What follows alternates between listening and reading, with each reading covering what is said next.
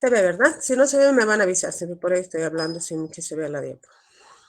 Bueno, entonces en el sangrado operatorio solamente a modo de ejemplo, ¿qué nos puede pasar si no evaluamos bien la coagulación? O tal vez hemos evaluado bien la hemostasia, pero durante la cirugía ocurren sangrados exagerados o hay una pérdida de los factores de coagulación por el sangrado y todo se va a desequilibrar y vamos a sangrar más y más si no reponemos adecuadamente o si no incidimos en algún punto de la hemostasia primaria o secundaria para corregir el sangrado, ¿ya? Entonces, cuando evaluamos los riesgos preoperatorios, ayer ya hemos dicho un poco, ¿no es cierto? Tenemos que ver un poco los factores quirúrgicos. Esto habitualmente no lo charlamos pues tanto con el cirujano. En otros lugares ya se define para cierta cirugía cierta unidad de hemocomponentes, que vamos a reservar glóbulos rojos, plaquetas, plasma, dependiendo de la cirugía, y también que vamos a tener en la alacena, ¿no es cierto? Vamos a tener factor 8, factor 9, crioprecipitado, perdón, factor 7 recombinante, fibrinógeno. Bueno, hay lugares en los que cuentan un poco más que con plasma y con crioprecipitados, sino cuentan con hemoderivados, que son compuestos sacados del plasma, pero liofilizados, listos para utilizar. Acá creo que nuestra mayor arma, pues, son los hemocomponentes, ¿no? Plasma, glóbulos rojos y plaquetas. Bien. Entonces, en los factores quirúrgicos hay que ver qué profundidad va a tener la cirugía, qué naturaleza va a ser. Nosotros que vemos todos los días cáncer, si va a haber una restricción oncológica porque los tumores sangran demasiado, la sensibilidad del tejido, vascularidad, actividad fibrinolítica. Acuérdense, por ejemplo, el urotelio tiene mucha actividad fibrinolítica, ¿no es cierto? Es difícil que deje de sangrar, ¿no? Y a la vez también se hacen coágulos, ¿no? Posibilidad de lograr hemostasia por compresión, claro, si por ejemplo estamos actuando en el campo, nos ha venido un paciente con una herida terrible en la cabeza, pero podemos comprimir, ¿no? Tenemos una calota ahí contra la que podemos hacer presión, pero hay lugares en los que no puedo comprimir, entonces eso tiene que preocuparme más, ¿verdad? Posibilidad de que el procedimiento induzca defectos hemostáticos, obviamente, si el procedimiento tiene alto riesgo de sangrar demasiado, esto mismo va a activar va a consumir factores de coagulación y va a hacer que peor no se pueda formar un coágulo, ¿no? Tumores, malformaciones vasculares, imagínense operar un hemangioma, ¿no? O sea, seguro que va a sangrar, entonces hay que tener ciertos recaudos quirúrgicos, ¿verdad? Y en lo que nosotros podemos ver humildemente desde el consultorio en el preoperatorio, seguramente serán factores del huésped, ¿no? Identificar sobre todo enfermedades congénitas, adquiridas de base, o sea, ya saber de entrada que el paciente va a sangrar, una hepatopatía, un tumor hepático, una cirrosis. Tengo que advertir al cirujano que ese paciente tiene mayor riesgo de sangrado. Y obviamente mi objetivo en el preoperatorio es descubrir si no tiene drogas que afecten la hemostasia, ¿no es cierto? Ya hemos hablado de los antiagregantes para la hemostasia primaria o anticoagulantes en la hemostasia secundaria. Bien, en la historia clínica, perdón chicos, historia detallada de sangrados. Sangró de chico, sangró en el primer parto, sangró con la muela, entonces hay que ver si nos vamos a preocupar o no por esta situación. Cirugías previas. Si nunca tuvo una cirugía previa, hay que tener mucho más ojo porque ese paciente va a tener un primer reto quirúrgico, entonces tenemos que estar atentos a lo que va a pasar en quirófano, ¿no? Extracciones dentales previas, traumas, partos, todo eso, ¿no? Ay, sí, ¿sabe qué, doctora? En mis 3 partos me han transfundido sangre. Entonces, no, eso no es normal, ¿verdad? Algo ha pasado que le han tenido que transfundir. ¿Mm? Enfermedades hepáticas, enfermedades inmunológicas pueden generar mayor trastorno hemostático, ¿no es cierto? Buscar estigmas de sangrado. Obviamente, si el paciente viene con petequias en el preoperatorio, obviamente que le voy a pedir una hemostasia primaria y las plaquetas pueden salir bajas. Y aunque no salgan bajas, me va a preocupar una púrpura, ¿no? ¿Cómo va a ir a una cirugía con una púrpura? Bien, tengo que investigar si este paciente toma aspirineta, en realidad, ¿no es cierto? Aspirina de 100 miligramos, la cual debo suspender por lo menos 5 días. Las guías dicen 3 ahora, pero no, nadie se anima antes de los 5 días para que pierda su acción. La warfarina, que es un anticoagulante, incide en la vía extrínseca, cuyo factor más importante es el factor 7, vitamina K dependiente. Por eso la warfarina es un inhibidor de los vitamina K dependientes.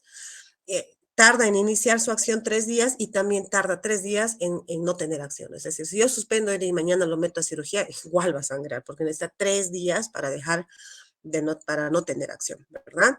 El clopidogrel, el pasugrel, todos estos son antiagregantes plaquetarios, ¿no es cierto? Los usan mucho en contextos cardíacos. Cuando el paciente ha tenido un infarto, le ponen un stent y luego tenemos que evitar que el stent se trombose o que haya otra isquemia miocárdica, el más indicado son los antiagregantes plaquetarios, tal vez más que los anticoagulantes como tal.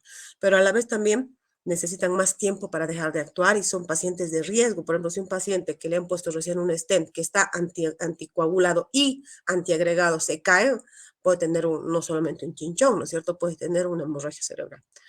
Bien, entonces todo esto hay que averiguar antes de la cirugía.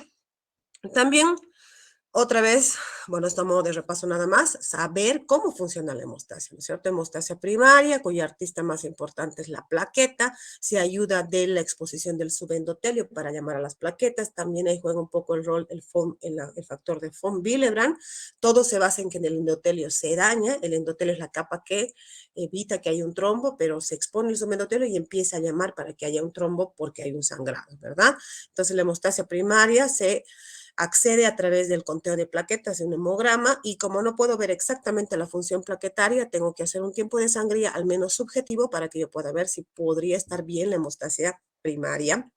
Y entonces tiempo de sangría y hemograma para conteo numérico de las plaquetas. Bien. Ahora, la hemostasia secundaria tiene, pues, para estudiarle, para tener más idea, tenemos que dividirla en dos vías, ¿no es cierto? Una vía intrínseca y una vía extrínseca. Nunca repitan como loros todos, siempre tienen que saber qué es lo que está pasando ahí.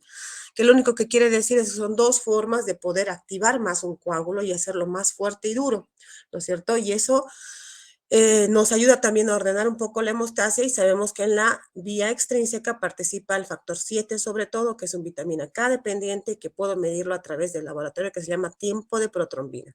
Y en la vía intrínseca actúan sobre todo el factor 8 y el 9, lo puedo medir a través del APTT o KPTT también se llama. Ambas vías fortalecen el 10 en 10 activado. Ustedes tienen que saber que es aquí, en el 10 activado, donde inciden los nuevos anticoagulantes orales. Los nuevos anticoagulantes, la warfarina bien arriba, ¿no ven? En la vía extrínseca. La heparina ya no la han conocido ustedes, por ella no la van a conocer. La heparina común, sódica, actuaba aquí arriba en la vía intrínseca. Por eso para medir la heparina sódica común que se ponía en la vena, que ya ustedes ya no están de esa era, medíamos el APTT, ¿no?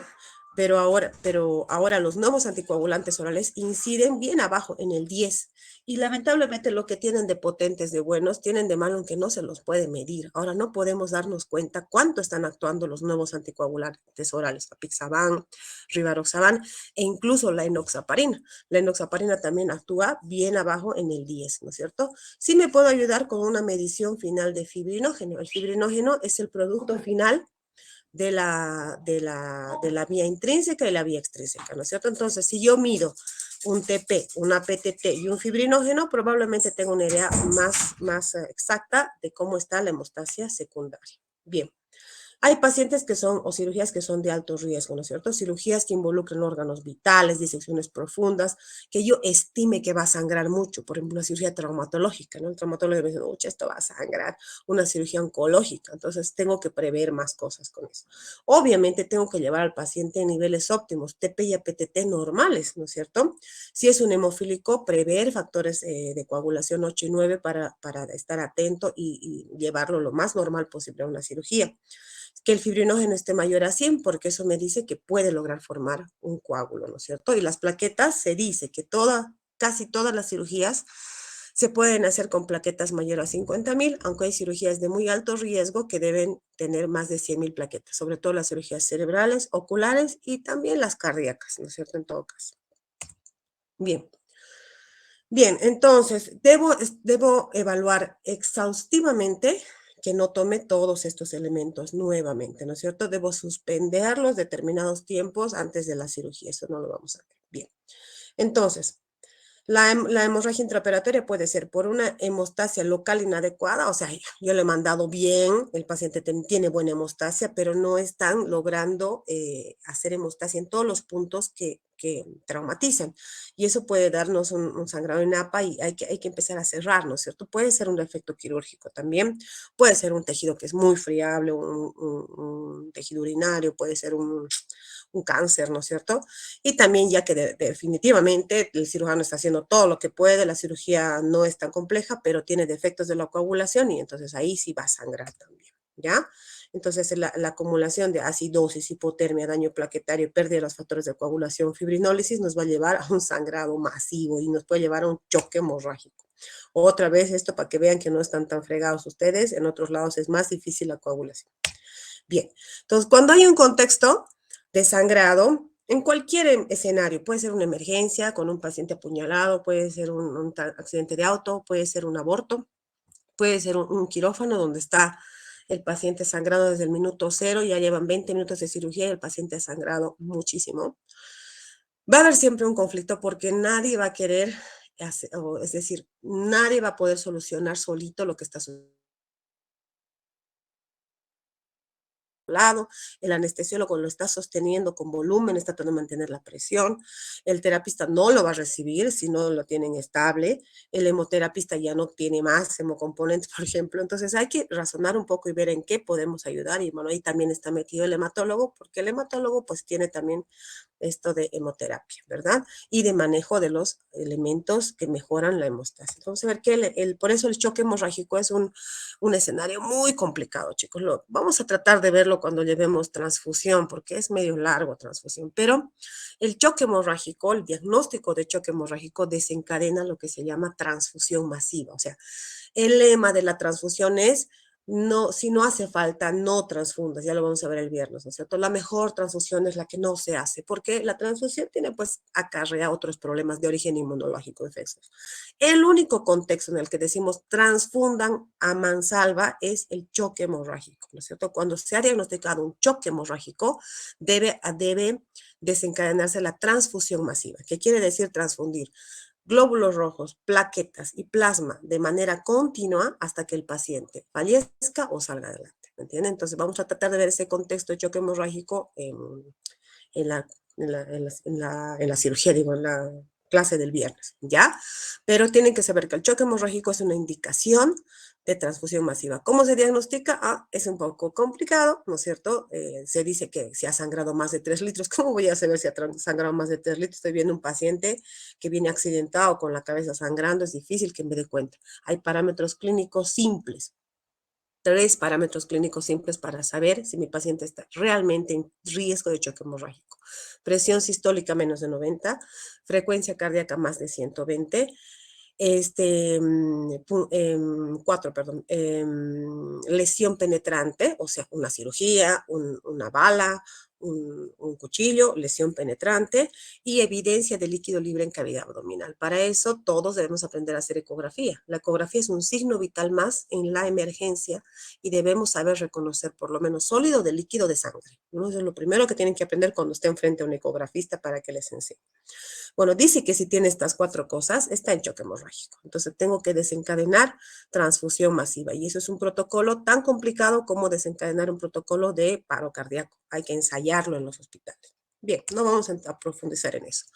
¿Qué elementos tengo para mejorar la hemostasia cuando estoy en un contexto de sangrado? Tengo muchas cosas, por suerte, ¿ya? Pero a veces ninguna funciona.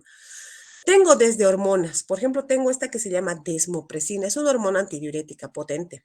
Pero, ¿qué hace la desmopresina respecto a la hemostasia?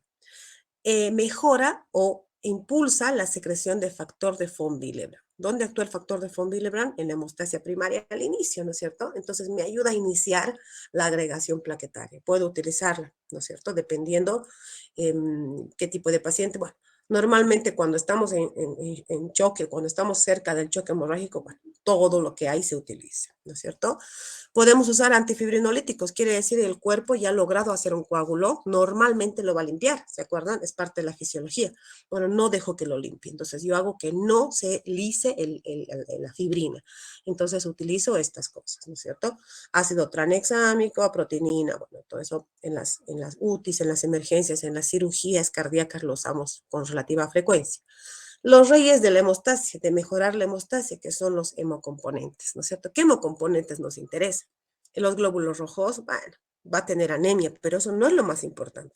Si solamente transfundo glóbulos rojos, lo único que voy a lograr es seguir diluyendo esa hemostasia y es como una limonada, ¿no es cierto? Si a la limonada le sigo echando agua, vas a ver menos a limón, ¿no es cierto? Entonces es lo mismo con los hemocomponentes. Si la tendencia es que cuando el paciente está sangrando, piden concentrado de glóbulos rojos, ¿no es cierto? Sin embargo, lo que está faltando no son los glóbulos rojos solamente, tal vez son los menos importantes. Lo que más está faltando son los factores de coagulación para la hemostasia secundaria y primaria.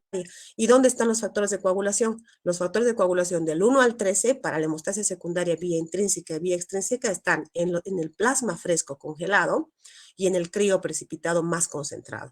Y para mejorar la hemostasia primaria tengo el concentrado plaquetario, ¿verdad? Entonces, estos para nosotros en Bolivia, donde no tenemos tanta afluencia de este otro tipo de hemoderivados, los hemocomponentes son importantes. Nos manejamos con eso en las cirugías de riesgo y en los pacientes de riesgo, ¿ya?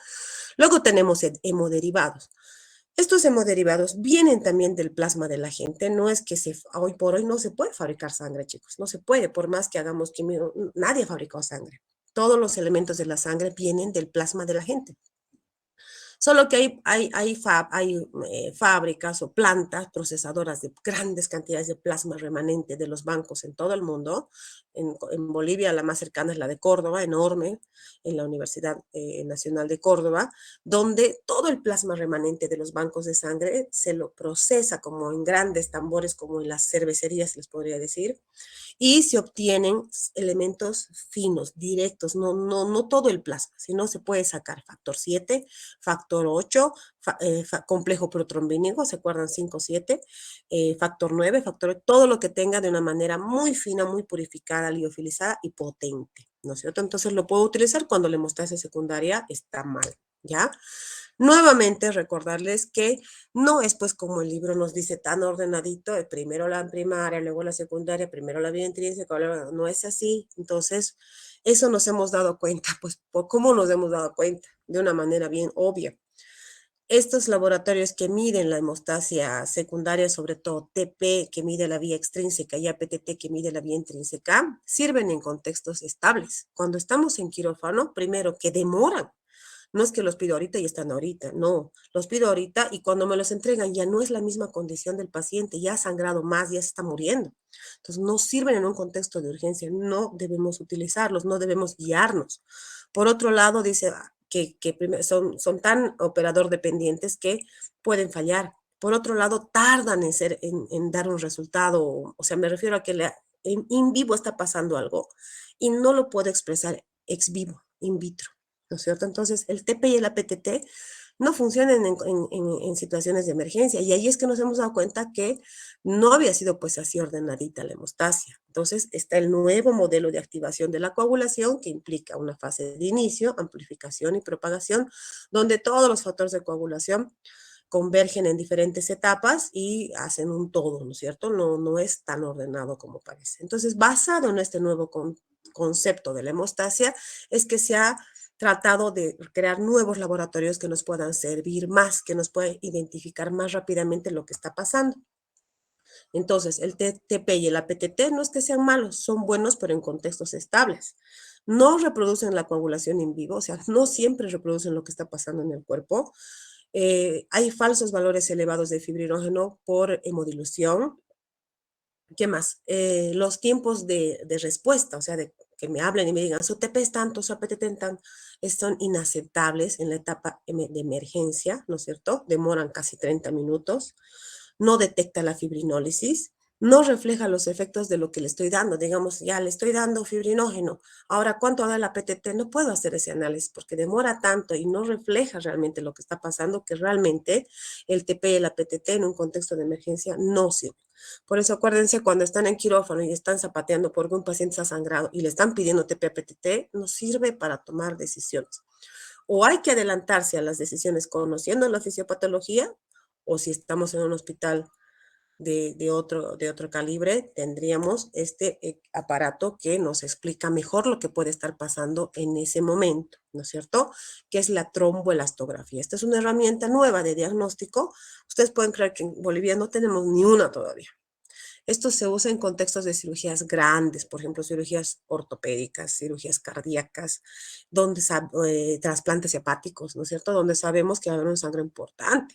Entonces, no tenemos todavía ni una en Bolivia. Lo que hacemos nosotros es adelantarnos a los hechos, saber que si está sangrando, después va a sangrar más y hay que reponer los elementos de la hemostasia.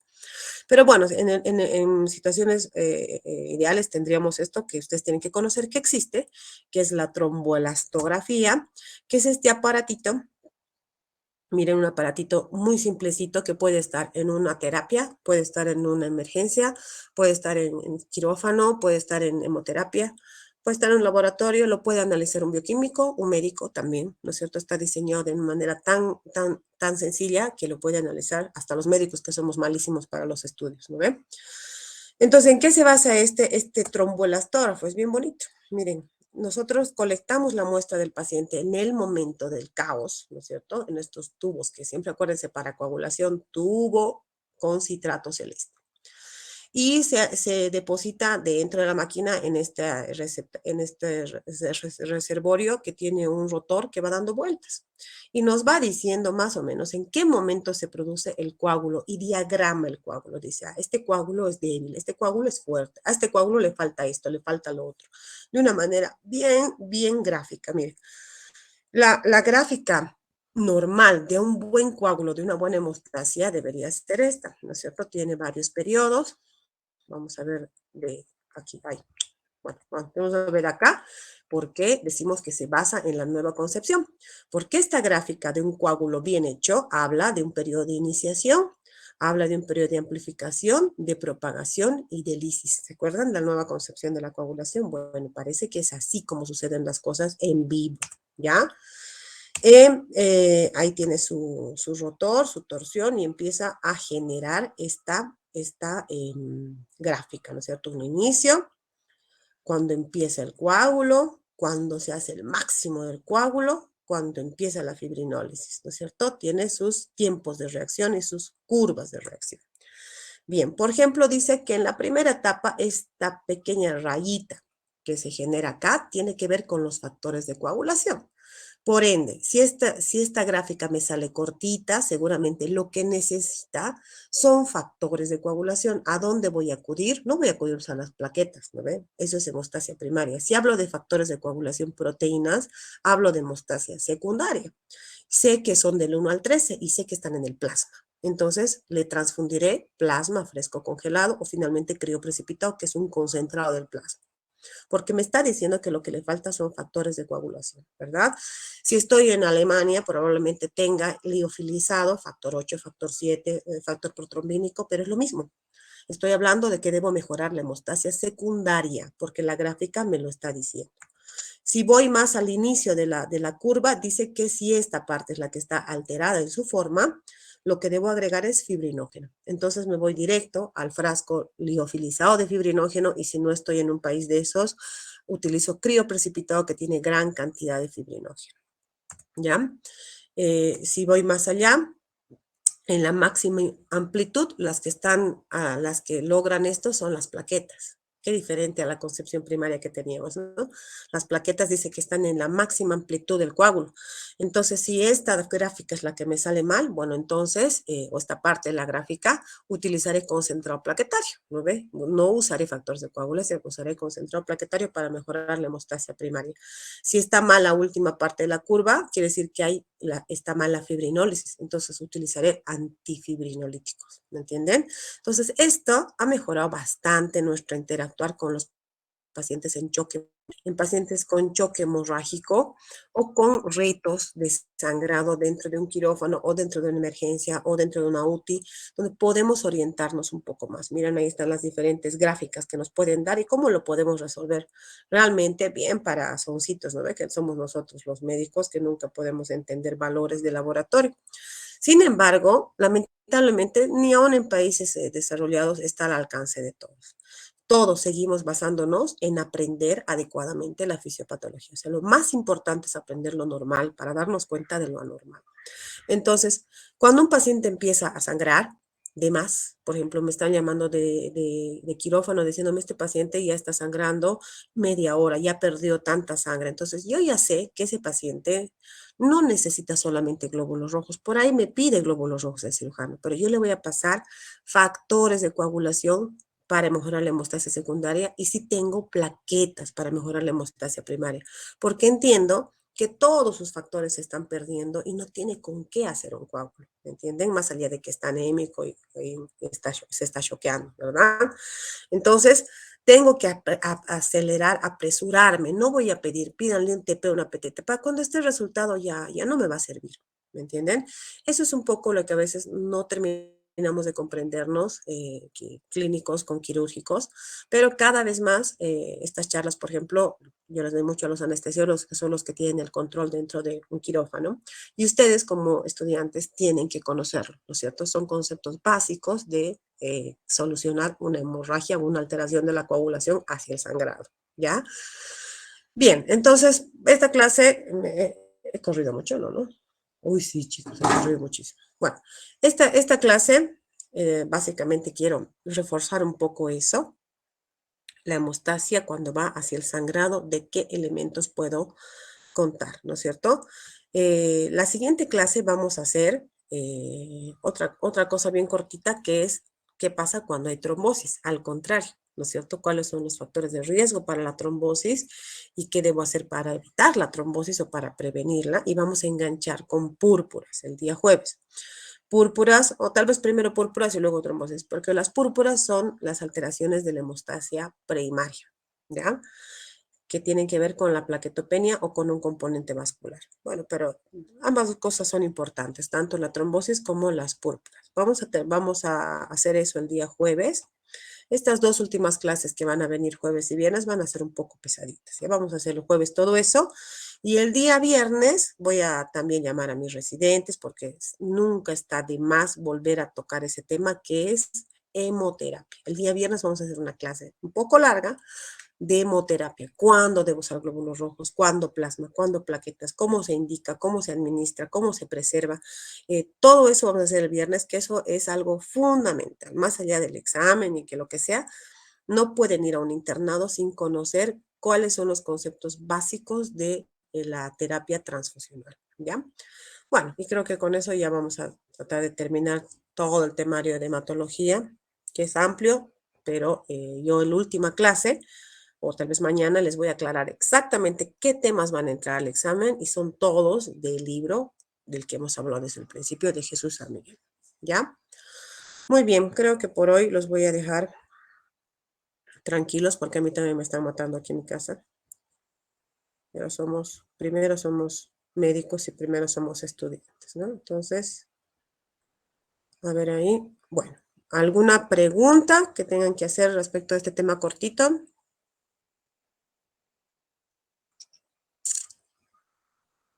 ¿Está todo claro? Bueno, entonces nos vamos a ver el día de mañana, no, el día jueves a las 7 de la tarde y hacemos trombosis y hacemos púrpuras, ¿ya? Muy Está bien. bien, doctora. Muy bien, doctora, gracias. Gracias, Chao, chicos. doctor. Cuídense. Muchas Chao. gracias. Doctora. Descansen. Chao, chicos.